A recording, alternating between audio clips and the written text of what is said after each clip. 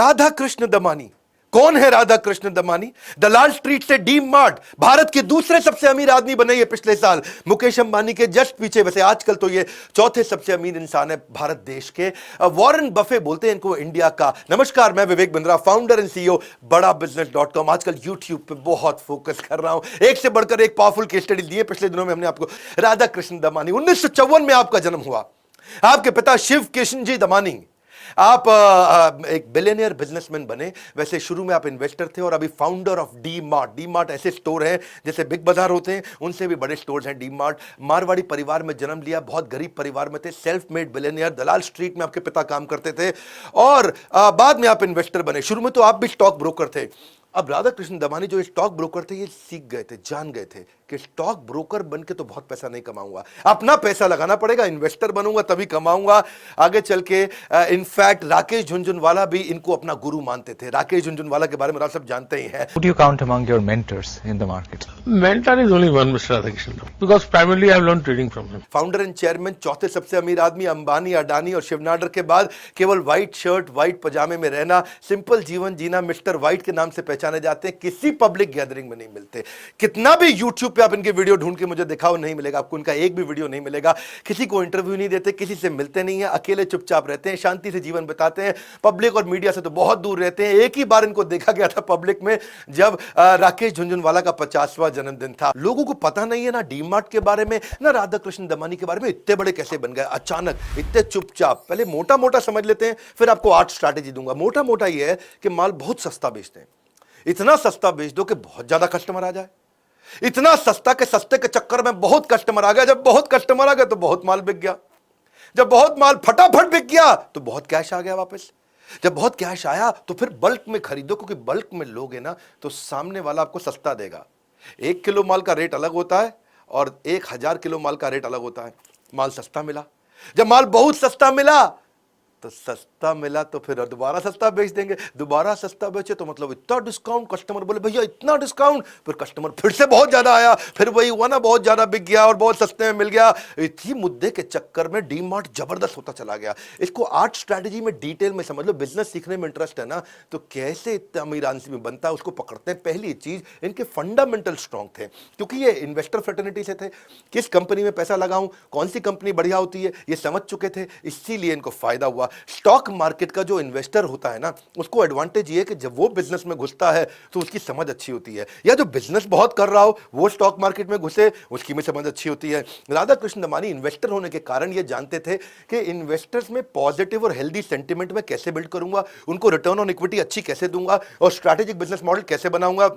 इसीलिए D mart जो उन्होंने खोला, ये बड़ा स्ट्रैटेजिक डिसीजन था। शुरू में इन्होंने 2001 से पहले, जब डी मार्ट खोला उससे पहले 1999 में अपना बाजार की फ्रेंचाइजी ली थी और उनको उनका बिजनेस मॉडल समझ में नहीं आया, तो उन्होंने कहा मार परे, छोड़ो उसको, कोई जरूरत नहीं है इसकी, बेकार, बिजनेस मॉडल ही ठीक नहीं है। इनको बिजनेस मॉडल की समझ थी। फिर ये चले गए असल में यूएस, वहां जाके वॉलमार्ट को समझ में आए डिटेल में, खूब वॉलमार्ट को सीख साख के भाई दुनिया की इतनी वैल्यूएबल रिटेल कंपनी कैसे बनी। इंडिया आए और अपनी हाइपर मार्केट चेन खोल दी, डी मार्ट। ये 2002 में इन्होंने खोली। 2002 से 2010 तक केवल 25 स्टोर और आज 200 स्टोर। ये अचानक कैसे हुआ, बाद में इतना तेज ग्रोथ कैसे लिया। 2017 में ये आईपीओ भी लेकर के आया, 1870 करोड़ का आईपीओ इतना बड़ा हिट हुआ कि 114% का प्रीमियम मिल गया और आज की डेट में तो 2 लाख करोड़ का इनका मार्केट कैप हो चुका है। फंडामेंटल जो सीखे ना, वहीं से सारी बातें। पहली बात है, धंधे का फंडामेंटल सीखो। देखिए ये क्या है, ये वही स्टॉक में इन्वेस्ट करते थे कि मैं अगर 1% भी स्टॉक खरीद रहा हूं तो ऐसे खरीद रहा हूं जैसे पूरी कंपनी खरीद रहा हूं, तो उतनी जिम्मेदारी के साथ स्टॉक खरीदते हैं। कन्विंस होगा तो बल्क में खरीदेंगे और जब स्टॉक अपनी हाइट पे पहुंच गया फटाफट बेच देंगे। इसी चक्कर में ये जब हिस्ट्री कंपनी की पढ़ते थे, कंपनी का डेटा पढ़ते थे, ऐसा नहीं है भाई इसका नाम अच्छा लग रहा है ये खरीद लो, और इस पे अमिताभ बच्चन ने डांस किया ठंडा ठंडा कूल कूल तो ये खरीद लो, नहीं नहीं नहीं, डेटा पढ़ करके उसी वही सब डेटा को उन्होंने अपनी कंपनी में डाला। भाई पीई रेशियो अच्छा होना चाहिए, पूरी एंटरप्राइज वैल्यू की इबिट्टा के साथ कंपैरिजन, या नेट मार्जिन, या रिटर्न ऑन कैपिटल एम्प्लॉयड, या ईयर ऑन ईयर ग्रोथ कैसी हो रही है, क्वार्टरली फाइनेंशियल रेशियो कैसे, ये सब चीजें सीख जाता है। जब आदमी फंडामेंटल सीखता है तो कंपनी की वैल्यू को करेक्टली समझ पाता है। और इसीलिए ये क्वालिटी स्टॉक को सस्ते में खरीदते थे। एक टाइम पे तो एचडीएफसी के भी ये सबसे बड़े शेयर होल्डर बन गए थे। हर्षद मेहता की तो आजकल आपने बहुत सीरीज देखी होगी। हर्षद मेहता के टाइम पे वो स्टॉक प्राइस को बढ़ा करके बेचता था, तो इन्होंने उस टाइम पे उसको उल्टा कर दिया। इन्होंने क्या किया, रिवर्स किया। उसको बोलते हैं शॉर्ट सेलिंग। इसके ऊपर कभी किसी दिन आराम से डिटेल में बताऊंगा कि नॉर्मली क्या होता है। हम शेयर खरीदते हैं, जब उसका भाव बढ़ता है तो बेचते हैं। इन्होंने उसको रिवर्स कर दिया। ये समझ गए थे हर्षद मेहता भाव बढ़ाया जा रहा है। तो जब भाव बढ़ गया तो बेच दिया। उस समय पहले बेच दिया, सस्ता होने पे खरीद लिया। इसको बोलते हैं उल्टा। ये आदमी छुपा हुआ है, कंपनी भी छुपी थी। इसके बारे में जानने में मजा बहुत आएगा, कैसे इतना अमीर बना। दूसरी स्ट्रैटेजी स्लॉटिंग फीस। आसान करके समझाता हूं आपको। स्लॉटिंग फीस मतलब एक स्लॉट, कोई आकर के जैसे समझो कोई मैन्युफैक्चरर साबुन बनाता है, वो बोलता है भैया डीमार्ट मेरा साबुन बेच दो अपनी दुकान पे। डीमार्ट कहता है तेरा साबुन बेचना है, मुझको बेच दूंगा। कितने का देगा साबुन? वो कहता है 100 रुपए का साबुन ले लो। वो लेकिन इस शेल्फ पे रखने का किराया लूंगा तुझसे, ये स्लॉट है ना, ये तेरे को दे देता हूं, इसका किराया भी लूंगा। तो वो जब सामने वाले से किराया भी ले लेता है, ये एक लमसम फीस होती है। जो रिटेल में शेल्फ स्पेस है ना, ये बड़ी महंगी कमोडिटी हो गई है आजकल, क्योंकि वो उसका साबुन बीच में रखता है सामने, लोगों को आते ही आई लेवल पे साबुन दिखता है उनका, तो साबुन ज्यादा बिकता है। इसलिए सब लोग चाहते हैं कि मेरे को बढ़िया जगह पे अपना माल रखने दो, मेरे को अपना चिप्स ऐसी जगह पे रखो डीमार्ट के आते ही आदमी मेरा चिप्स पहले उठा ले। अब उसका ये पहले समझो, एक रिटेलर जो डी मार्ट है वहां पे उसके मार्जिन बहुत कम है, तो किसका माल रखूं जिस पे ज्यादा कमाऊंगा, ये डी मार्ट के हाथ में होता है। तो उन्होंने कहा भैया अगर तेरा माल मुझे रखना है, तेरे चिप्स अगर मैं डी मार्ट में बेचूंगा, तेरा साबुन में बेचूंगा, तेरा शैम्पू में बेचूंगा, मैं सामने रखने का जगह पे किराया भी लूंगा। और फिर उसी किराए का ये इस्तेमाल करता है कि सेलिंग प्राइस को मार्केट प्राइस से नीचे ले आता है, क्योंकि इसको स्लॉटिंग फीस मिल जाती है। समझो बाजार में जो चीज सब जगह 100 रुपए की मिल रही है, तो इसने उससे किराया भी ले लिया, तो इस 100 की जगह 90 में बेच पाता है। और जब ये 90 में बेच पाता है तो कस्टमर इधर उधर कभी नहीं जाता है, क्योंकि इंडियन कस्टमर है वो तो यहीं आएगा। तीसरी strategy, strong control on opex. Opex क्या होता है? ऑपरेटिंग एक्सपेंडिचर, कंपनी को चलाने का खर्चा। ये कंपनी के चलाने के खर्चे को बड़ा कंट्रोल रखते हैं। कैसे रखते हैं? बिल्कुल लो इंटीरियर रखा उन्होंने डीमार्ट का। कभी डीमार्ट आपने मॉल में नहीं देखा होगा किसी बड़े, कभी डीमार्ट में बड़े एयर कंडीशन, बड़े सिस्टम, सोफा टेबल चेयर, आराम से बैठे, कुछ नहीं। डीमार्ट में भीड़ होती है। सोम बाजार, मंगल बाजार, बुध बाजार, वीर बाजार, ये उसका थोड़ा इंप्रोवाइज्ड वर्जन है, बस और कुछ नहीं।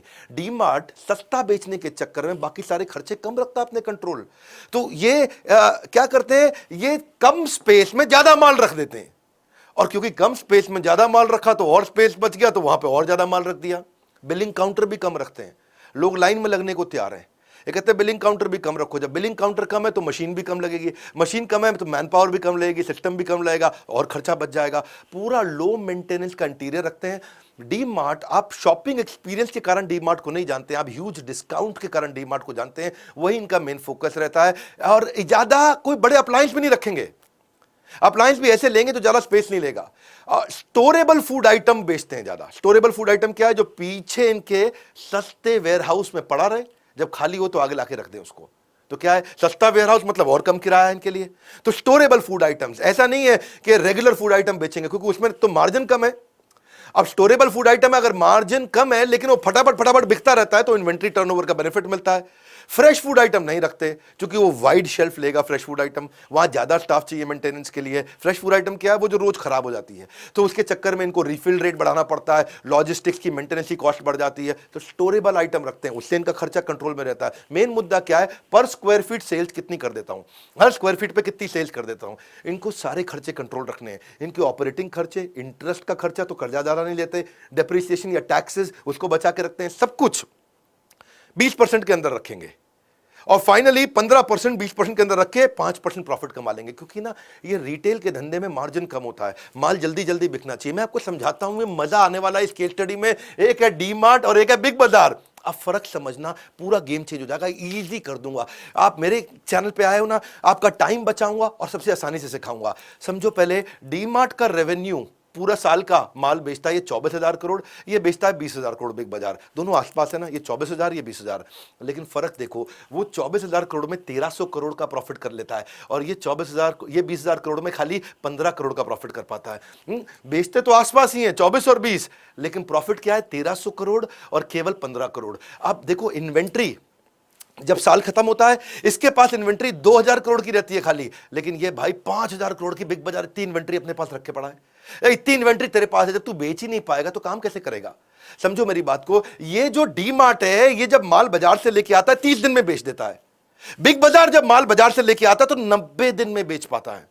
फर्क समझना इस बात का, इससे फर्क क्या पड़ता है भाई, 30 की जगह 90 दिन में बेच तो क्या फर्क है। लेकिन तूने अगर इतना माल रखा अपने पास, बाजार में पैसा दिया, माल लिया, इतने दिन तक पड़ा रहा, वो 30 दिन में बेच रहा है, तू 90 दिन में बेच रहा है, इसका मतलब क्या है, 90 दिन की इंटरेस्ट कॉस्ट भी तो आती है भैया।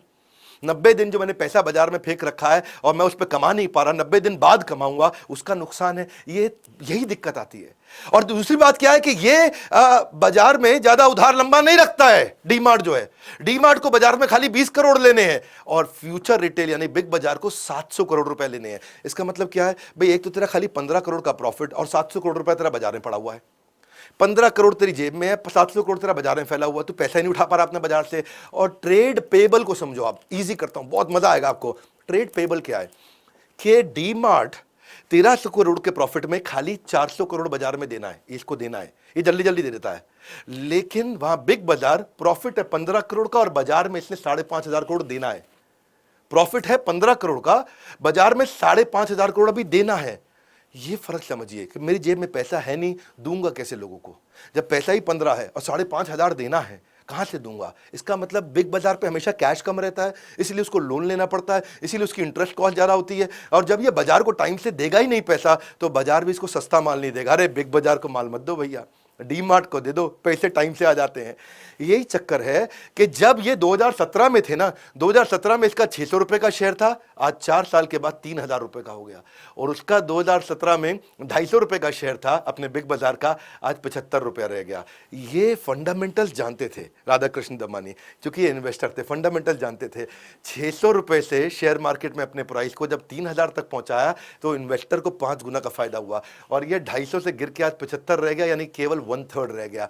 यही कारण है कि इसका मार्केट कैप बढ़ा। आज ये इतने अमीर कैसे बने, आपके मन में आता होगा ना भाई, इतने अमीर कैसे बने, इतने अमीर कैसे बने। कंपनी की वैल्यू बढ़ गई, इनकी कंपनी बन गई 2 लाख करोड़ की, क्योंकि फंडामेंटल अच्छे थे। इनकी कंपनी रह गई खाली 4,000 करोड़ की। 4,000 करोड़ और 2 लाख करोड़ बहुत फर्क है ना। ये फंडामेंटल जब अच्छे रखोगे ना, जब आप फंडामेंटल सीख जाओगे बिजनेस के, तो फेलियर प्रूफ बन जाएगा। रियल बिजनेस किया राधाकृष्ण दमानी ने, है जी। इनके इतने गरीब थे, मुंबई में एक कमरे से निकले थे और आज भारत के दूसरे या चौथे, कभी दूसरे कभी चौथे, आजकल चौथे नंबर पे चल रहे हैं, चौथे सबसे अमीर आदमी है। चौथा स्ट्रैटेजी क्या है, partner with the partner. Partner के साथ पार्टनरशिप पूरी निभा लो ताकि परचेज प्राइस हमेशा ही कम रहे। देखो 2 तरह के डिस्काउंट लेते हैं। तू तेल साबुन शैंपू बेचता है, मैं डीमार्ट में तेरा सारा माल बेच दूंगा, लेकिन मेरे को 2 डिस्काउंट चाहिए। पहला डिस्काउंट क्या, तुझे पैसा जल्दी दूंगा इसलिए मुझे कैश डिस्काउंट दे दे। दूसरों से सस्ता माल चाहिए मुझको, दूसरे लोग कब पेमेंट देंगे मैं अभी दे रहा हूं, कैश डिस्काउंट दे। और दूसरा है वॉल्यूम डिस्काउंट। वॉल्यूम डिस्काउंट क्या है, मैं ज्यादा माल खरीदता हूं इसलिए मैं ज्यादा डिस्काउंट लूंगा, है जी। बताया था ना अभी आपको, 1 किलो का रेट अलग है, 1,000 किलो का रेट अलग होता है। बेसिकली फर्क क्या है, जो डीमार्ट का क्रेडिट साइकिल है, उस डीमार्ट 7 दिन के अंदर अपने सप्लायर को पैसा दे देता है। अगर उसे आज सोमवार को मैंने सामान लिया, तुम्हारा तेल साबुन शैंपू, अगले सोमवार तक पैसा ले जाओ, कुछ 1 हफ्ता कुछ भी नहीं होता। जबकि बाकी लोग सारे के सारे, रिलायंस जैसे लोग, ये 30 दिन में पैसा वापस करते हैं। और दूसरी तरफ आप बिग बाजार को देखो, वो 90 दिन तक पैसा लटका के रखता है सामने वाले का। अब जितना भी मैन्युफैक्चरर है वो सब क्या कहता है, अरे इसको दे दो भैया डीमार्ट को, पैसा तो सुरक्षित है, फटाफट वापस आता है। और ये कैश डिस्काउंट ले लिया इन्होंने, और इससे इनकी फिर प्राइस और कम हो जाता है। प्राइस और कम होता है, मेन मुद्दा क्या है, good product at great value. और वहीं से सारी फायदा होता है, क्योंकि देखो इन्होंने वैल्यू रिश्ता बना लिया सप्लायर के साथ में। जब रिश्ता बन गया सप्लायर के साथ में, ये शुरू से ही अपना बाजार के टाइम से रिश्ता बनाना जानते थे, क्योंकि ये जानते हैं भैया अगर इससे रिश्ता नहीं बनाऊंगा सप्लायर से, तो ये टाइम से माल नहीं देगा और फिर खर्चा भी मेरा बढ़ जाएगा, कॉस्ट भी बढ़ जाएगा। पर इसी चक्कर में जब मैन्युफैक्चरर से सीधा रिश्ता बन गया तो मिडलमैन भी खत्म हो गया, क्योंकि सीधा मैन्युफैक्चरर से माल लिया। अब जब सीधा मैन्युफैक्चरर से माल लिया तो डिस्ट्रीब्यूटर की कॉस्ट भी बच गई, होलसेलर की कॉस्ट भी बच गई, सीधा मैन्युफैक्चरर से रिटेलर, दोनों कॉस्ट बचने से मैन्युफैक्चरर को भी तो फायदा है। उसको अब होलसेलर को कमीशन नहीं देना, डिस्ट्रीब्यूटर को कमीशन नहीं देना, उसको भी फायदा हो गया। क्विकली 5वीं स्ट्रैटेजी, इस 5वीं स्ट्रैटेजी क्या है, स्पोरैडिक स्पाइक, अचानक बहुत ज्यादा सेल, या सस्टेन्ड सक्सेस, लगातार सेल्स। दोनों में बड़ा फर्क है। स्पोरैडिक मतलब ऊपर नीचे, जैसे बिग बाजार में होता है 26 जनवरी पे बहुत सेल हो गई, 15 अगस्त पे बहुत सेल हो गई, थोड़ा दिवाली के आसपास बहुत सेल हो गई, बाकी टाइम मक्खी मार रहे हैं।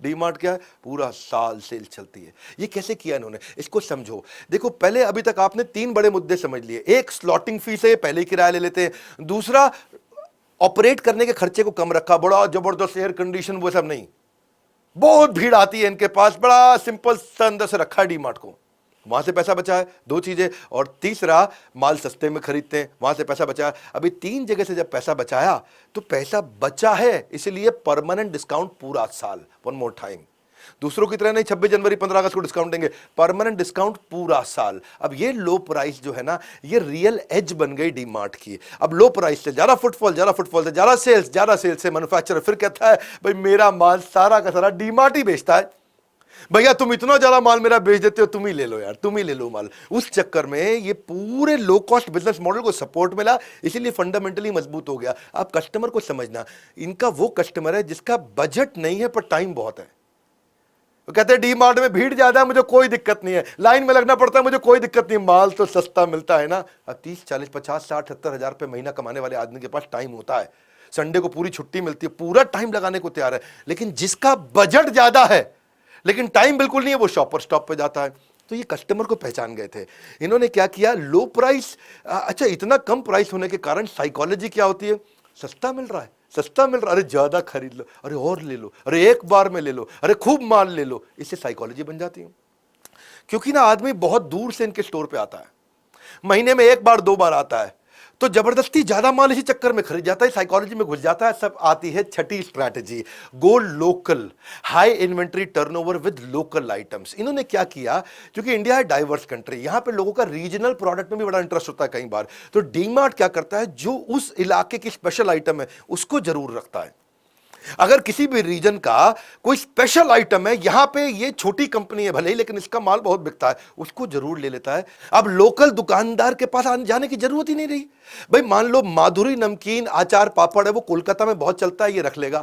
हीरालाल नमकीन अचार पापड़ राजस्थान में बहुत चलता है, ये रख लेगा। जेठाबाई मसाला पापड़ मध्य प्रदेश में फेमस है, तो ये रख लेगा। Triple x washing powder detergent soap Telangana में बहुत फेमस है, तो रख लेगा। शिवोहम चिप्स नमकीन ये बिस्किट ये कोलकाता में बड़ा फेमस है, रख लेगा। नंदी फ्राइम्स पापड़ साबुदाना ये कर्नाटका में बहुत फेमस है, तो ये रख लेगा। सातवीं स्ट्रैटेजी, ई कॉमर्स बहुत आया फिर भी बचे रहिए। ई कॉमर्स ने बहुत मार्केट को खराब किया, ऑनलाइन लोगों ने ऑर्डर करना शुरू किया, ये बचे रहे। उसका कारण क्या है, audience suited for brick and mortar. इन्होंने वही ऑडियंस के लिए अपने हाव भाव वेशभूषा, अपने ब्रांड को उन्हीं ऑडियंस के लिए बनाया जो खरीदेगा ही दुकान पे आके। क्यों, इनकी ऑडियंस कौन है, इनकी ऑडियंस है middle class and lower middle class. उसको आज भी ऑनलाइन खरीदने की आदत नहीं है। ऑनलाइन कौन खरीदता है, दिल्ली, हैदराबाद, बैंगलोर, पुणे, मुंबई या बहुत बड़े शहरों के लोग ऑनलाइन ज्यादा खरीदते हैं। ये छोटा अमीर आदमी नहीं, एवरेज आदमी, उसको क्या चाहिए, एक्सीलेंट प्रोडक्ट मिल जाए, ब्रांडेड क्वालिटी मिल जाए, लो कॉस्ट पे मिल जाए, वो वाला कस्टमर बेस इनके पास आ गया। अब DMart is operating majority of business in सारा ब्रिक एंड मॉर्टर। हालांकि इन्होंने ऑनलाइन की तैयारी करी, पर जो लो इनकम ग्रुप है वो आज भी ऑनलाइन नहीं जाता, और इसी चक्कर में जब सबको नुकसान हुआ, डीमार्ट हमेशा बचा रहा। आठवीं स्ट्रैटेजी बहुत जबरदस्त है, मजा आ जाएगा। मैं तो डीमार्ट बताने में ना दिल खुश हो जाता है। ऑर्गेनिक एक्सपेंशन, राधा कृष्ण दमानी असली बुद्धिमान थे, शुरू में कोई जल्दी नहीं करी, रियल बिजनेस बनाया, रियल बिजनेस, कोई जल्दी नहीं करी शुरू में, एकदम धीरे धीरे चले। पहले उन्होंने क्या किया, मैं सारे के सारे सप्लाई चेन को कंट्रोल कर लूं, मैं प्रॉफिटेबिलिटी को कंट्रोल कर लूं, हर स्टोर को पहले प्रॉफिटेबल बना दूं, बाद में एक्सपैंड करूंगा। इसलिए वो पूरा कंट्रोल लेकर के आए। पूरे 17 साल में आज तक एक भी साल ऐसा नहीं गया जब डीमार्ट ने प्रॉफिट नहीं बनाया हो। आज तक एक भी इनका स्टोर बंद नहीं हुआ, आज तक इनका एक भी स्टोर में सामान स्टॉक कम नहीं पड़ा, आज तक एक भी स्टोर इंडिविजुअली कभी लॉस नहीं किया। ये कैसे किया इन्होंने। अब आते हैं असली गेम चेंजर, एक और, 80% स्टोर इनके खुद के हैं, यानी कि वो प्रॉपर्टी इनकी खुद की है। ये कोई भी स्टोर को शहर के अंदर नहीं खरीदते, थोड़ा बाहर खरीदते हैं, सस्ती प्रॉपर्टी पे खरीदते हैं, ताकि थोड़ा दूर तक आदमी आए, वो तभी आए जब वो बहुत सारा सामान लेना हो उसको। ये भी इनकी स्ट्रैटेजी है। गली मोहल्ले की दुकान तो आदमी पास में थोड़ा सा ले आता है, इनके पास जब आता है सस्ता देखता है, दूर तक आता है, बहुत ज्यादा लेता है। मुद्दा क्या है, ये कर्जा नहीं लेते तो इनके फाइनेंशियल स्ट्रांग होते हैं। अब इनकी प्रॉपर्टी खुद की है तो वहां रेंट नहीं देना, रेंट नहीं देना तो रेंट का आउटफ्लो नहीं होता, इतना बड़ा एरिया उसका रेंट नहीं जाएगा, तो कैश फ्लो इनका मजबूत रहता है। और यही सारे पैसे को ये अपने स्टोर को दोबारा खरीदने में इस्तेमाल करते हैं। सबर्बन एरिया में है, जमीन सस्ती पड़ेगी। जिन दिनों 2002, 3, 4 में प्रॉपर्टियां सस्ती थी, तब शुरुआत इन्होंने करी थी। पहले 8 साल में 25 स्टोर खोले, अगले 8 साल में 175 स्टोर खोले। आप सोचोगे कि भाई ये सारे के सारे स्टोर खुद के खरीदे, मेरे पास तो पैसे नहीं, मैं कैसे करूं? सीखने की बात है, मेरे चैनल पे आए हो, सीखोगे आप। ऐसे समझो कि अगर राधा कृष्ण दमानी कोई स्टोर खोलते हैं और खोलने में 3 लाख रुपए लगता है, तो उन्होंने पहला स्टोर 3 लाख रुपए लगा के खोल लिया और हर साल वो स्टोर 1 लाख रुपए बचा के देता है मुझको। तो पहले साल उस स्टोर से 1 लाख मिला, दूसरे साल 1 लाख और मिला, तीसरे साल 1 लाख और मिला, तो 3 साल के बाद जाके इनके पास 3 लाख रुपए फालतू बचे। तब जाके इन्होंने दूसरा स्टोर खोला, क्योंकि अब 3 लाख रुपए बचे। नया स्टोर खोलने में 3 लाख लगते थे। अब टोटल कितने हो गए जी? 2 हो गए पहले साल में, फिर 3 साल के बाद 2 स्टोर हुए, आराम से खोले। अब 2 स्टोर हो गए और कितना बचता है जी? 1 लाख रुपए हर साल बचता है। अब 2 स्टोर का मिला के जब 1-1 लाख बचता है तो 1.5 साल में 3 लाख रुपए हो गया। अब 1.5 साल के बाद इनके 3 स्टोर हो गए, क्योंकि पैसा बचाते थे फिर नया लेते थे। अब 3 स्टोर है, हर साल एक स्टोर 1 लाख देता है। तो अब एक ही साल के अंदर जब तीनों ने 1-1 लाख दिया तो 3 लाख रुपए हो गए, तो खुल गया इनका चौथा स्टोर। ऐसे करते करते इन्होंने, जब इनके स्टोर बढ़ गए और इनके 50 स्टोर हो गए, और 50 स्टोर 50 लाख रुपए अगर कमा के दे रहे हैं मुझको, तो कम से कम 16 स्टोर उस साल खुलेंगे। इसीलिए इनके शुरुआत में इन्होंने कम खोले, बाद में इन्होंने बहुत तेज खोले, क्योंकि जो पैसा कमा के लेके आते थे उसी से खरीद लेते थे। तो ना बाद में हमारे को देना है किसी को रेंट, और ना बाद में किसी को लोन का देना इंटरेस्ट। इससे हो गया ऑर्गेनाइजेशन और मजबूत। ये जानते थे कि over a period of time growth आएगी, तभी तो 2002 के बाद 2017 में आईपीओ लॉन्च किया। शुरू में नहीं किया, पूरी वैल्यू बिल्ड करी। यही बात है कि जब 2009 की में इसकी जो सेल्स थी वो केवल 600 करोड़ थी, और आईपीओ के टाइम पे ये 12,000 करोड़ हो गई। 2009 में इनका प्रॉफिट खाली 5 करोड़ था, आईपीओ के टाइम पे ये 500 करोड़ हो गया। ये है वैल्यू बिल्ड करना अपने बिजनेस के अंदर। फंडामेंटल मजबूत है तो आदमी कुछ भी कर सकता है। यही हमने कुछ नहीं छोड़ा फंडामेंटल सिखाने के लिए। ये हमने ना इसी पे समय लगाया आज तक सारा। क्यों हम इतने बढ़िया बढ़िया केस स्टडी देते हैं। वीडियो को जरूर शेयर करिएगा सबको, और नीचे कमेंट बॉक्स, मेरा आपका रिश्ता है इस कमेंट बॉक्स में। अब तो मैं वही वीडियोस बनाता हूं जो आप मुझे बताते हैं बनाने के लिए। रियल वैल्यू क्रिएट कर रहे हैं आपके लिए। मैंने कसम खाई आपका टाइम बचा करके राइट वैल्यू दूंगा आपको, कंटेंट की ऐसा दूंगा जो कहीं नहीं मिलेगा। Animated, super solid, super fast. हमारे साथ जुड़े रहने के लिए, इस वीडियो को सोच के कौन से दोस्त को काम आएगा शेयर करने के लिए लाइक इसलिए करिए क्योंकि फ्री में भी तो इतना कंटेंट देते हैं, उत्साह बढ़ता है। अगर नए आए जरूर सब्सक्राइब करिए। हमारे साथ जुड़े रहने के लिए आप सबका हृदय की गहराइयों से प्रेम पूर्वक मुस्कुराहट से धन्यवाद।